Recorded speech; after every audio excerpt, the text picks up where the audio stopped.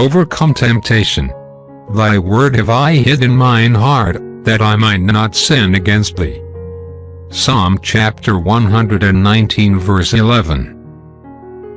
When temptations come, let me suggest that you ask God for strength, and also to show you the way He has prepared for your escape.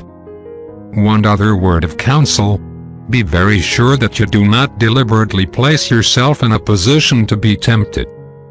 All of us are not subjected to the same weaknesses and temptations.